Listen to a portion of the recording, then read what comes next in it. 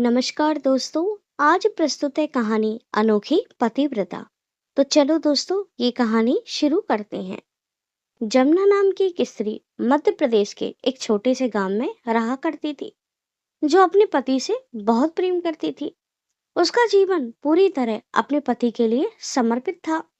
सूर्योदय से पूर्व उठना, पति के लिए कुएं से जल खींचना, उनके पूजा पाठ के लिए सामग्री जुटाना, आसन बिछाना और दोनों जून का भोजन पकाना।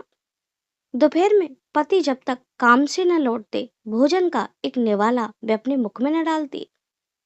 उनके भोजन के उपरांत उनकी झूठी थाली में खाना खाया करती। रात्रि में पति को भोजन खिलाने के बाद उनके पैर दबाती। उसके पतिव्रत धर्म की पूरे गांव में चर्चा होती। सारे गांव वाले उसकी प्रशंसा करते थे। एक दिन वह अपनी किसी सहेली के घर उससे मिलने पहुंची। उसकी नवविवाहिता सहेली नंदिनी का पति शहर में रहता था। जब वे उसके घर पहुंची तो उसके घर से स्वादिष्ट व्यंजनों की महक उठ रही थी। उसने अपनी सहेली से पूछा, क्या बात है सखी, कोई विशेष आयोजन है?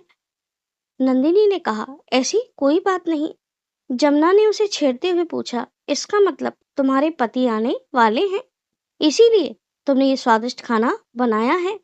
नंदिनी ने कहा, ऐसा कुछ नहीं है। व्यंजन तो मैंने अपने लिए बनाए हैं और सखी तुम्हारे लिए। जमुना ने कहा, तुम अपने पति की अनुपस्थिति में ऐसे स्वादिष्ट भोजन पकाकर खा रही हो। तुम कैसी पतिव्रता स्त्री हो, ये तो पाप है। नंदिनी ने तुनकर कहा, अरे सखी, मेरे पति परदेश रहते हैं, वो तो महीनों में लौटते हैं। तब तक क्या मैं भूखी रहूंगी तो मर ना जाऊंगी? स्वादिष्ट खाने का मतलब ये तो नहीं कि मैं अपने पति से प्रेम न करती। मेरे स्वामी कहते हैं, मैं इसलिए कमाता हूँ कि तुम खा पी कर स्वस्थ रहो, ना कि भूखी रहकर शरीर में अनेक बीमारियां पालो। जमुना को ने कहा, मैं तो अपने पति के मुख दर्शन के बिना अन्न जल ग्रहण न करती।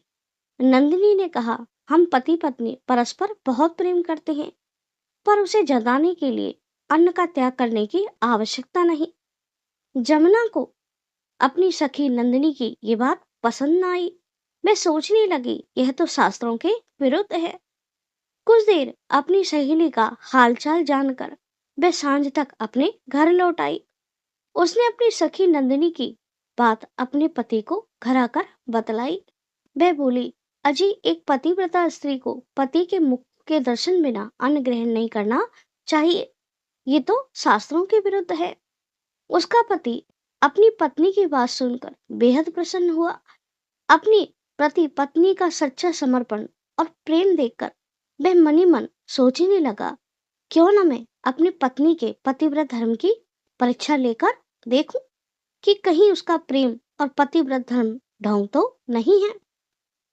उसके बाद उसने जमुना की परीक्षा लेना शुरू किया। वह जानबूझकर खलियान से लेट लौटता, कभी स्नान पूजा में विलंब करता, कभी परोसी हुई थाली छोड़कर घंटों चौपाल पर गांव के लोगों से बतियाता। पर जमुना उसकी परीक्षा में खरी उतरती। उसने मनी मन निश्चय किया कि मुझे एक बार इसकी और भी कठोर परीक्षा लेनी चाहिए। रात्रि में अपने पैर दबाती जमुना से उसने कहा, जमुना, बहुत दिन हो गए, मुझे खीर पुआ कचौड़ी खाने की इच्छा है। कल तुम भोजन में यही बनाना। दूसरे दिन उसका पति बोला, जमुना, तुम जल्दी से खीर पूरी कचौरी बना लो, मैं आज जल्दी खलियान से लौट आऊंगा। जमुना खाना बनाने लगी। खीर और कचौरी की स्वादिष्ट सुगंध से उसकी भूख तीव्र होने लगी। दोपहर तक उसने अपनी भूख को रोके रखा। वह पति के लौटने का इंतजार करती रही। उसका पति जानबूझकर खेत से लेट लौटा, फिर थकान का बहाना बनाकर 2 घंटे बैठा रहा। जमुना का भूख से बुरा हाल हो गया। वह पति से बोली, अजी, आप जल्दी स्नान कर लो।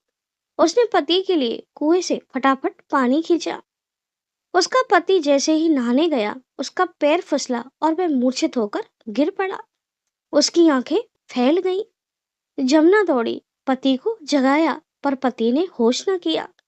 जमुना समझ गई कि उसके पति अब न रहे। उसका हृदय द्रवित हो गया, आंखें भर आई। वह दहाड़े मारकर रोना चाहती थी, पर पेट की भूख चरम सीमा पार कर चुकी थी। मैं मन ही मन सोचने लगी, सुबह से जिस स्वादिष्ट भोजन की मैं प्रतीक्षा में थी, वह तो मैंने चखा भी नहीं। रोने धोने से यह जीवित ना तो होंगे नहीं।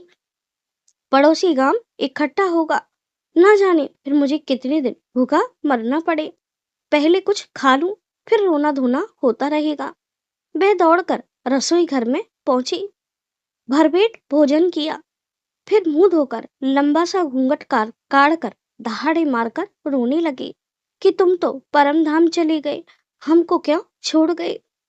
उसका पति मूर्छित होने का बहाना बनाकर अपनी पत्नी का नाटक देखता रहा।